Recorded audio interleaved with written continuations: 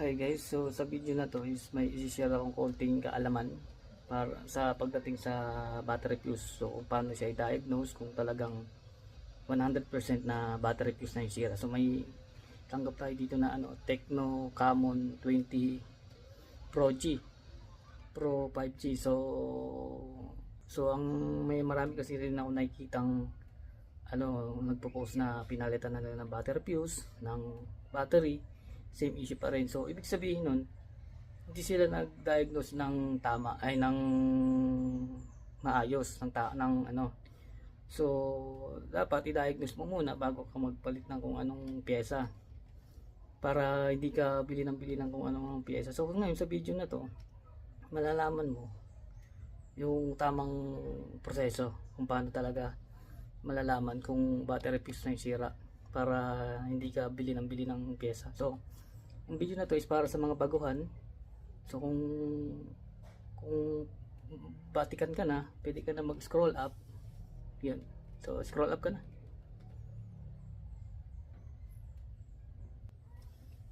So unang ginagawa ko is ito. Ito yung So hindi ako gumagamit ng product schematic kasi napapangitan ako doon, parang hindi siya accurate. Ito yung gamit ko. Tsaka ito. So mura lang to sa Shopee. So apat siya na Yeah.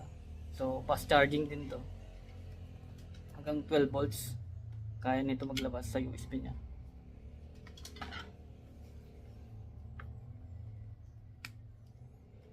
Ayan. 5 volts. Titignan nyo kung nagche-charge.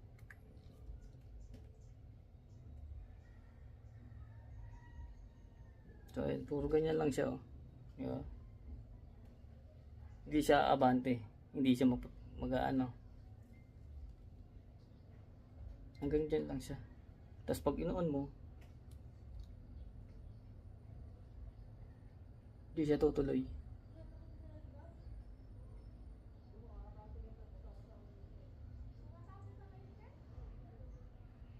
Ayun, diba? Hindi siya tumutuloy. So may cellphone na tumutuloy hanggang sa menu. Meron din wala. Ayun.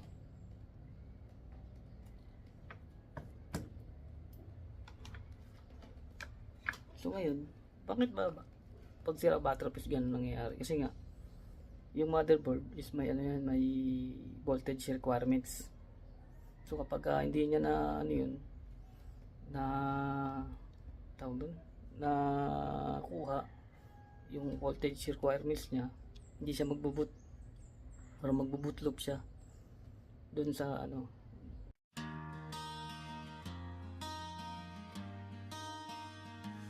Para na magpa-recover, para na magpa-repair.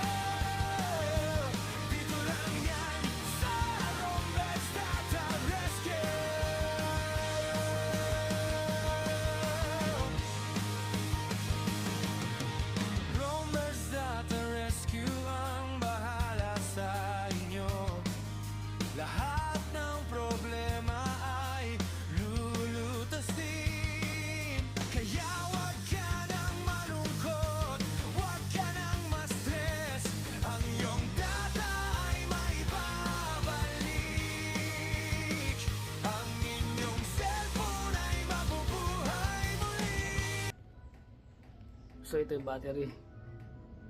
Yung battery titingnan natin sa ano sa Borneo at sa Orion kasi tsaka Borneo yung gamit ko.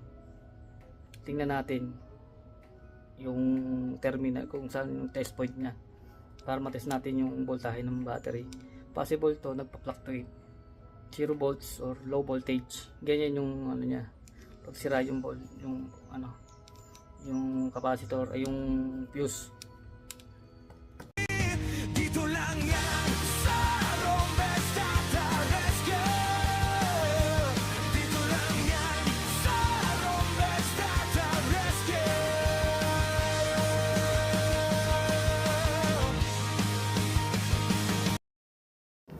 Ayan yung schematic niya sa Orion. Yan yung battery terminal. Yan yung test point niya. Diyan tayo magte-test ng battery voltage. So, yan yung Orion. Yan yung naman yung Borneo. So, same lang sila. So, ayan. Titest ko. So, tuturo ko yan yung kung saan itest. Ayun o. Yung malaking dot na yan. Yan, dali. So, dapat marunong ka rin magbasa ng schematic kung saan mo iti-test point. So, mapapansin nyo dyan is may 3.4 volts siya. So, dyan pa lang, malalaman mo na ayos talaga yung fuse niyan. So, walang problema sa battery fuse. So, iba yung problem niya. So, kaya wag nating laging battery fuse yung sira. So, nakakaawa naman yung battery fuse. Siya lagi yung napapagkamala na salarin. So, tinest ko rin yung dyan, charging. Okay yung charging niya, 4.8. So, ayan. So, hanapin ko ibang sira dyan. Kung So, para sure ball talaga na hindi kasalanan ni battery fuse, itest din natin yung yung battery mismo, yung battery fuse mismo. So, dyan, tinetest ko muna yung charging niya.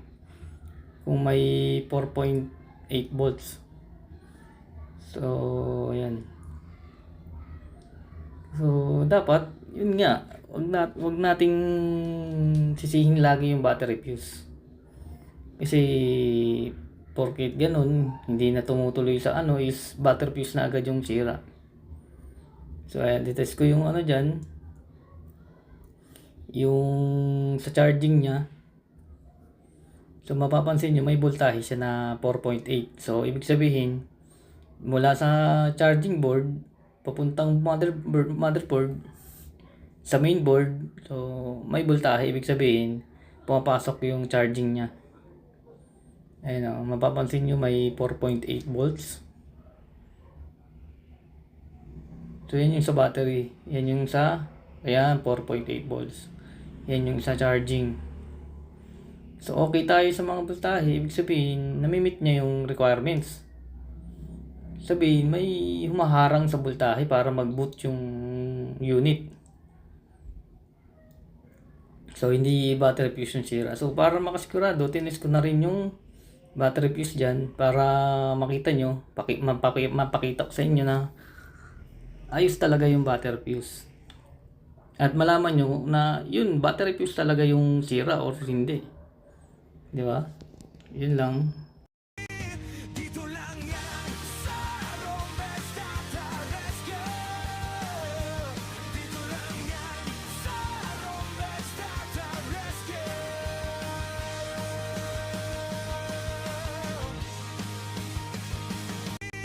Dito lang yan sa Rombes Data Rescue. Dito lang yan sa Rombes Data Rescue.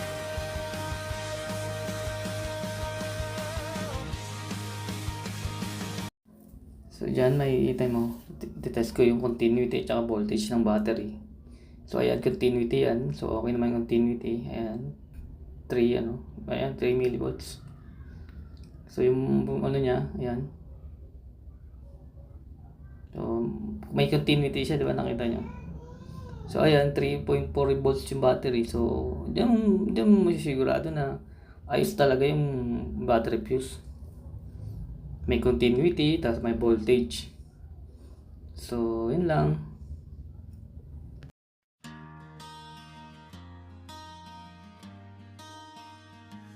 Para na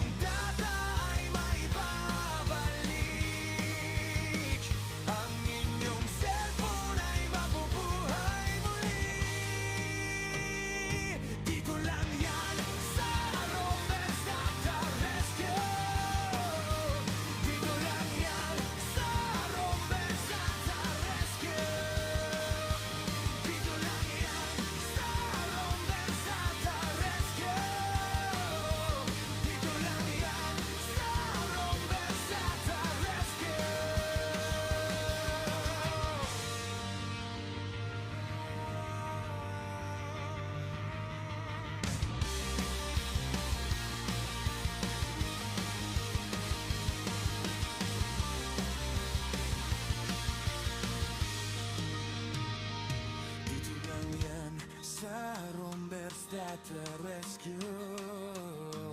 Dito lang